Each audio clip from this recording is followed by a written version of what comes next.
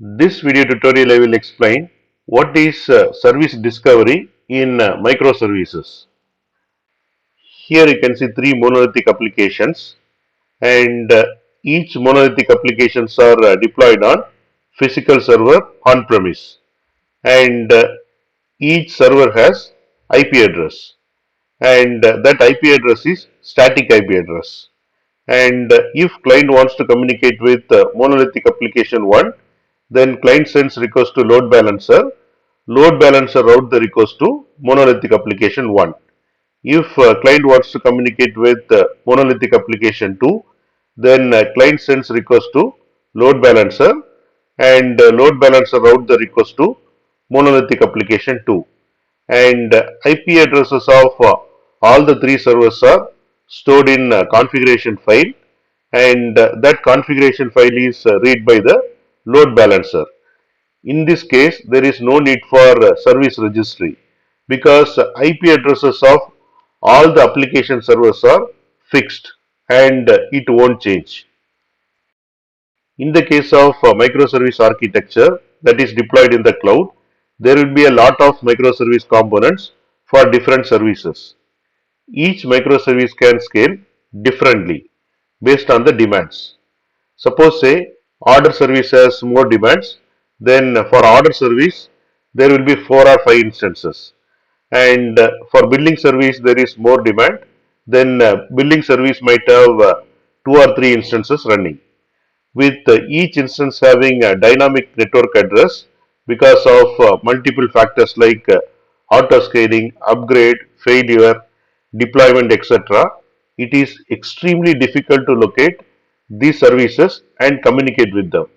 And this problem leads to the solution in the form of a design pattern called service discovery. Service discovery is a design pattern by which the client or API gateways discover the IP address and port number of the server through an important component called service registry or discovery server. The service registry keeps track of entire individual microservices in the architecture, and the service registry stores the IP address and port number of each and every services in the database.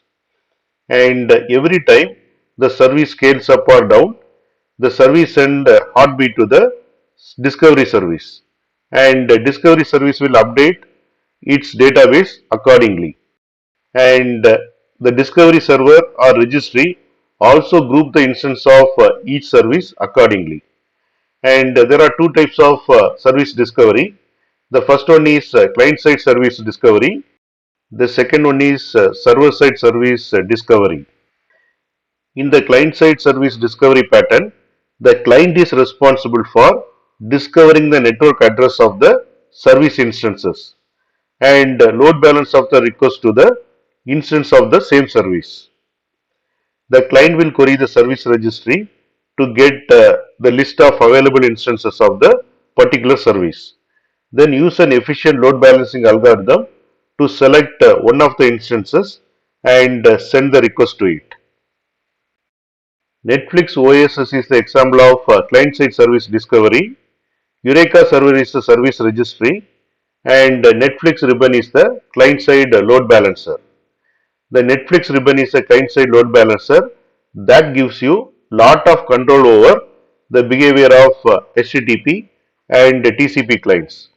When microservice A talks to microservice B using Fiend client, the microservice A contacts Eureka server to get the information about all the instances of microservice B. Then the Netflix ribbon, the load balancer on service A will find the best instance of service B to send the request.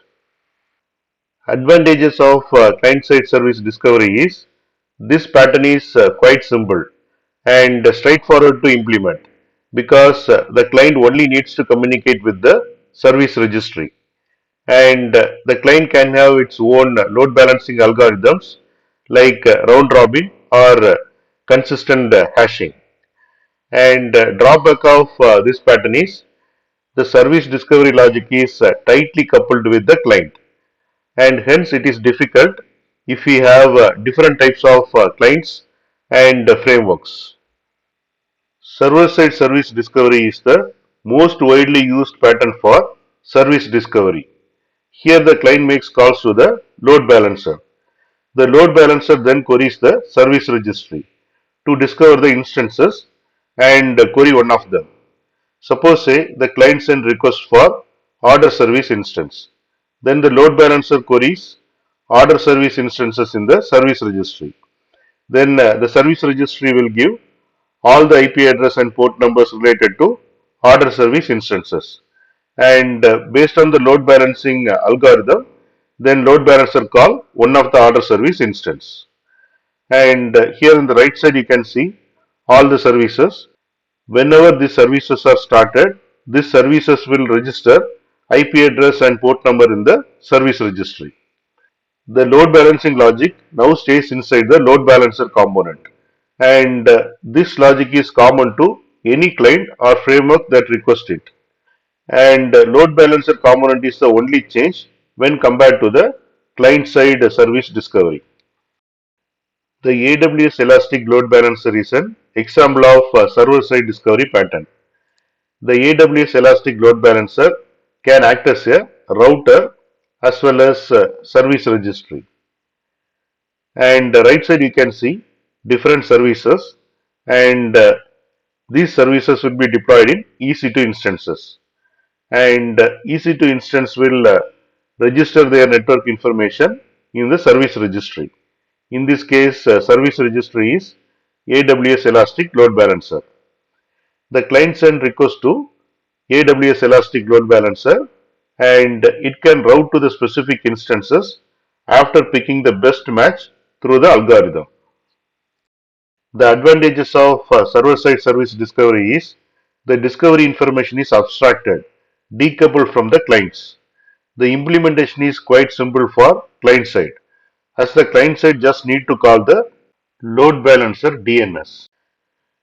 The drawbacks of server-side service discovery is for non-cloud environment, the router or load balancer is an extra physical component that should be maintained in terms of configuration, replication, availability, etc. Compared to client-side discovery pattern, the server-side discovery pattern required more network hops. Common service registry or discovery frameworks. Netflix OSS is widely used for Spring Framework applications that are deployed in the cloud. Eureka is the service registry, and all other microservices components are the clients of Eureka. etcd is a highly available, distributed, consistent key value store, and that is used for shared configuration and service discovery, which is used by Kubernetes and Cloud Foundry. Consul is the one-stop solution for microservices registration, discovery, health checks, key value store, and load balancing. And it is one of the most powerful frameworks.